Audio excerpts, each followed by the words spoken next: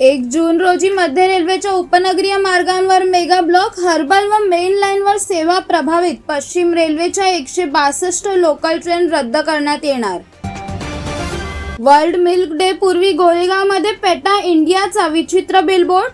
कुत्र्याचे दूध पिता येत नाही तर गाईचे का? लोकांमध्ये संतापाची लाट उसळली.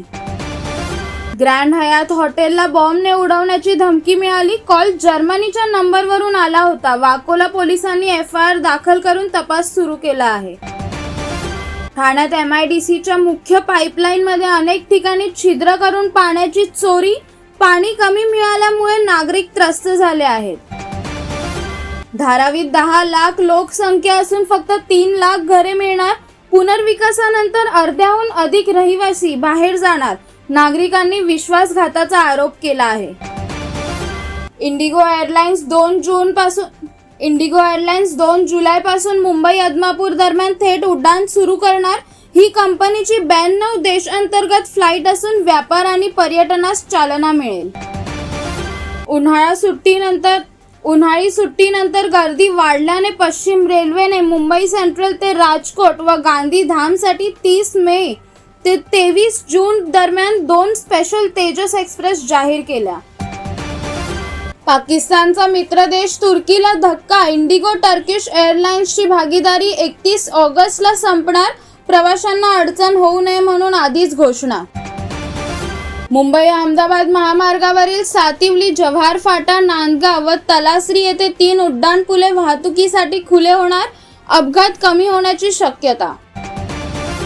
मुंबई हवामान विभागाचा अंदाज, हलक्या ते मध्यम पावसाची शक्यता. उपनगरात हलक्या पावसानंतर उकाडा वाढेल असा इशारा दिला.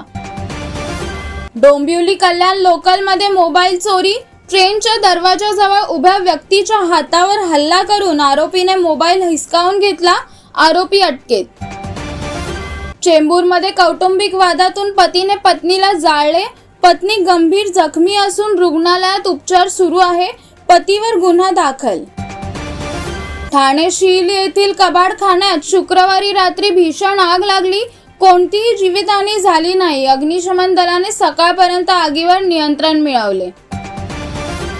ठाणे घोडबंदर मार्गावरील मनपापाडा पुलावर ट्रक डिवायडरला धडकला. यामुळे प्रचंड ट्रॅफिक जॅम झाला. पोलीस वाहतूक सुरळीत करण्यासाठी प्रयत्नशील. शिर्डी साई संस्थानाची दानपेटीतून लाखोंची रक्कम गायब. CCTV मधून कर्मचारी प्रतापवर संशय. प्रकरणाची चौकशी सुरू आहे.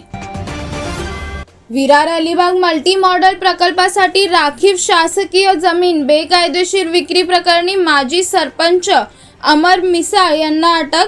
7 महिन्यापासून होते ते फरार. मुंबई अहमदाबाद बुलेट ट्रेनच्या ट्रायल जपानमध्ये सुरू. प्रकल्प 2026 पर्यंत पूर्ण होणार. या मार्गावर जलद गतीने रेल्वे सेवा सुरू होण्याची शक्यता. मुंबई अहमदाबाद महामार्गावर भीषण अपघात. वेगाने जाणारी कार कंटेनरवर आदळली. 3 जणांचा जागीच मृत्यू.